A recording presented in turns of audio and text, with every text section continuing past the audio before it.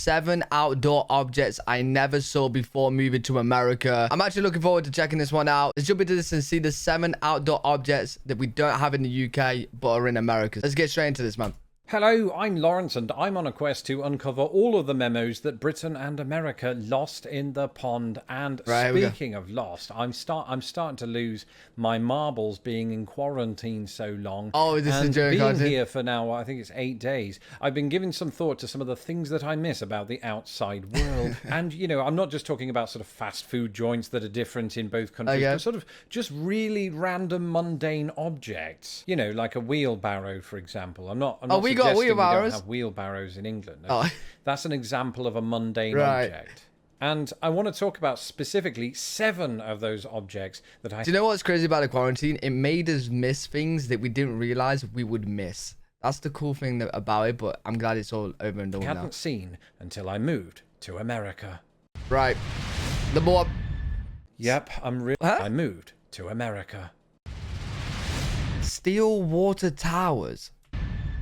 Yep, I'm really longing for those water towers, steel water towers specifically, because we do have water towers in Britain, but they're concrete, look really brutalist and like they were made in the 60s. Wait, we have that? In America, all across the country, they have these kind of... Yeah, I've never, ever, well, I don't go outside much, but I've never seen one of them in the UK. Never. Water towers that are just... They're in the middle of nowhere, usually, and they're made of steel, and on the facade of them, they have the name of the town, and it's usually something like Snakesville. And you never see anybody near them or in them. I don't know what they'd be doing in them, perhaps replenishing the water. I don't know how water towers work. Take a little bath. I just know that America has a lot of them, and you see them when you're on the highway, motorway, just like our next entry. Okay. Maybe in the UK they're more hidden than America, but okay, interesting. Billboards. Highway-based billboards. Who would have thought? I certainly wouldn't have until I moved to the United States. And that's because we don't really have them in Britain. We do have them in city centres. Yeah, you know what? In the UK, like on the motorway and stuff, like sometimes you'll see the occasional one. It's just like a stand or whatever.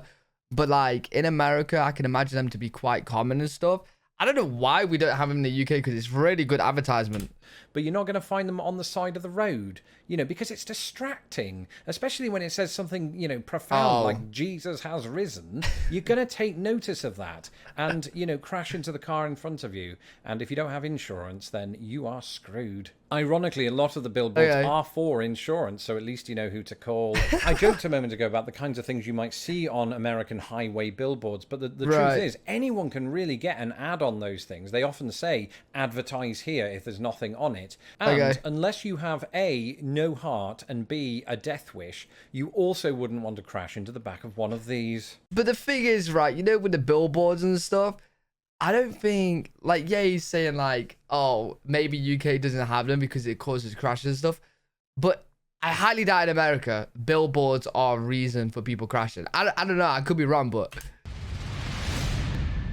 Yellow school buses. I didn't grow up here as a child, so of course I never got to ride one. Probably never will, unless I become a bus driver. They're really cool, just from like the movies and the TV shows I've watched, like the American shows. You always see the yellow school bus. Or a parent on some sort of school trip. Do they do that? I don't know. But the fact of the matter is, growing up, I did see school buses, yellow school buses, in films like Superman and Forrest Gump. Those are just examples of films. Oh, there's so many films. I didn't think they existed in real life. This was quite a revelation to me. They're everywhere. You know, it's not just in Indiana where I lived. It's also in Chicago. It's everywhere. They're cool. They are cool. These yellow school buses everywhere, and I recognize that the majority of my audience is American, and this is probably profoundly weird to hear somebody talk. Wait, you guys gotta let me know in the comment section. Is it weird when I say the like yellow school buses are like really cool and stuff, because you guys are just used to it? How yellow school buses are very widespread in this country, but I don't think they're used anywhere else in the world, or at least to my knowledge. They're certainly not used in Britain. I used to get to school by jogging. That's not true. I did take the bus, but it was one of those sort of stagecoach buses, double-decker. So listen, the ways you get to school in the UK, you either walk, run, cycle, your parents drop you off, or you get public bus, which is just for everyone. Got to sit on top, not at the back with the cool kids, you know, at the front actually. And but they weren't yellow, and I as you can see, I like yellow. I'm wearing this in solidarity with the school children. I'm not. It's the first thing I found in my wardrobe. I'd be lying Nice. if I said that yellow school buses were the only outdoor object that I learned through the films. That also applies to our next entry. White picket White fences. picket fences, the like of which you see in the film American Beauty and other such suburban-based films. I mean, it reminds me of American Suburbia now that I've lived here long enough. But for the longest time, you know, it was just part of the sort of movie set for me. You know what? They are really nice. They're more like pleasing to the eye. But like, you know, in the UK, we just have big, brown, ugly, broken fences. That's all we have. It's disgusting. To make something look very pristine and idyllic and all of that. You'll occasionally see white picket fences here in different parts of Chicago. They're kind of rare, I suppose. But you do tend to see them at houses of families who've really taken care of their garden. Okay, and in Britain, we don't have these kind of fences. A lot of our gardens are sort of framed off by brick walls or brick walls as well. Shrubs and bushes and things. That's not a... Yeah, true. Either a big, ugly brown fence, a brick wall, which isn't that appealing, and... Wait, what did it... Bushes. Yeah, bushes. Euphemism. You'll also see in the US mesh fences around gardens as well. They're kind of low down, you know, they're just high enough that dogs can jump over them, but never do because they're too stupid. And they seem like they're there to just sort of stop people from breaking in. Especially those fences that have beware of the dog on the side. Now, please, America or anyone watching this, don't take this as a green light to think you can go and burgle people's houses in Britain. They still have security measures and fences too. I'm underplaying it, but we don't have white picket fences. We also don't have these.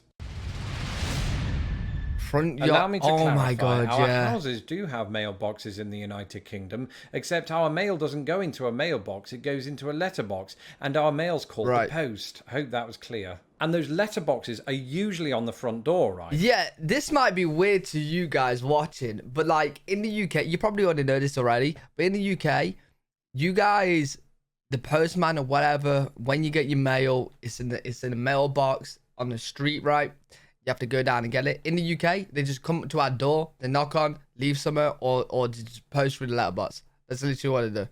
You guys are probably weirded out about that because like you're like, oh, what? People come up to your door and stuff. Right, so letterman or postman, that's letterman is a chat show host.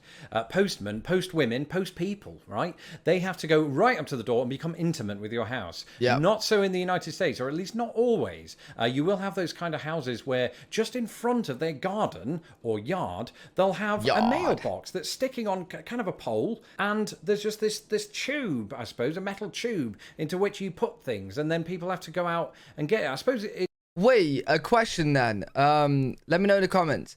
You know, if you was gonna order like a big box or something, would they'll bring that to your door, right? So it's just like the UK, they'll knock on, leave it at your door, or did it not come on your property? Would they leave it like next to the... Wait, surely they don't leave it next to the mailbox. It would just get robbed all the time. Yeah, I'm sure with like big boxes that don't go in the mailbox, they leave it at your door. It does promote exercise, which is needed in these quarantine days.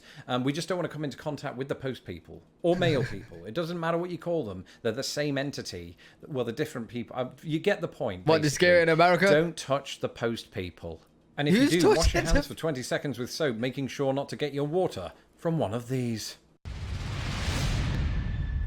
Oh, fire hydrant. Okay. Yep. The red fire hydrants on the streets. Yeah, we don't have I'll tell you a story. When I was 19 years old, I was a big gamer. I was well into video games, and one of the video games that I played was a little game called Die Hard with a Vengeance. And you're just swanning around New York City, I think, probably, and you can crash your car into just stuff, right? And one of those stuff was a fire hydrant, a very American-looking fire hydrant that looks like this. They're more or less cylindrical, speaking in a pitch that only dogs recognise, and I only describe them as that to differentiate them from fire hydrants in Britain. Fire hydrants in Britain are nowhere near as sexy, and believe me, I didn't think I'd wake up today and say that. Wait, did we have fire hydrants? These brutalist-looking square things with an H on them, and no, they're not the landing miniature helicopter, nor do they signify a hospital. I actually don't know. I've never seen that. If a fire breaks out in the middle of the road, when does that ever happen? I wouldn't know what to do. I don't know how to operate these things, right? Who does? the experts. Whereas American fire hydrants are absolutely gorgeous. They kind of look like elongated fireman helmets. Was that on purpose? Again, for the benefit of the dogs. It can't have been, and I'm absolutely certain I wouldn't have made the correlation had I not been stuck in here for 8 days. I'm going mad. You know, how does the outside world look right now? Do people still have wind chimes? Do they still, you know, do they still raise these? Bro, he's going mad after 8 days. It's normal for me not to even go outside in 8 days. Now my quarantine.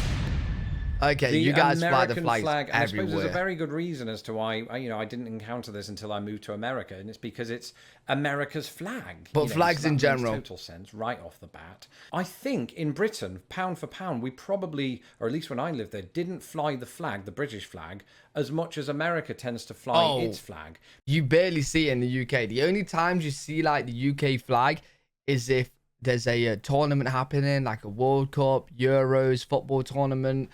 And yeah, that's pretty much the only times I see the UK flag. You might see it occasionally, but not much at all. It's very culturally ingrained to do that, isn't it? My in-laws do it. Everybody does it. Even educated fleas do it. That would be impossible. They don't have the strength to lift up. You never know.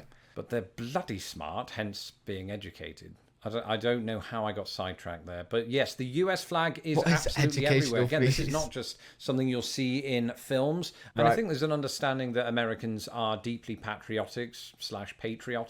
How do you pronounce it? Let me know in the comments below. And it's not just outside of people's houses that you'll see these flags. You'll see them on the back of trucks. You'll see them hanging on sort of company buildings. Don't know why I pronounced it like that. Just everywhere. And just sort of everywhere. I mean, it really is everywhere. Sometimes you'll see absolutely huge American flags, and you can usually see them for about 5 miles away. That way, Jesus, what country you're in. And so that's it. 7 outdoor objects I only encountered after moving. Is that why you guys fly the American flag so much? You forget what country you're in? Is that the reason? To America. I just wanted to list those to remind us of what we're missing. Really cool, though. Admittedly, we're missing quite a bit more than those things. Don't forget to follow me on Twitter. A lot of like movie related things. Well, for me, it's a lot of movie related things, which is really cool to see. Interesting. Enjoy that. If there's any other objects that you think is in America that isn't in the UK, let me know in the comment section. It'll be really cool to check them out. Hopefully you guys enjoyed. If you did, make sure to leave a thumbs up, subscribe for more content. I'll see you all in the next one.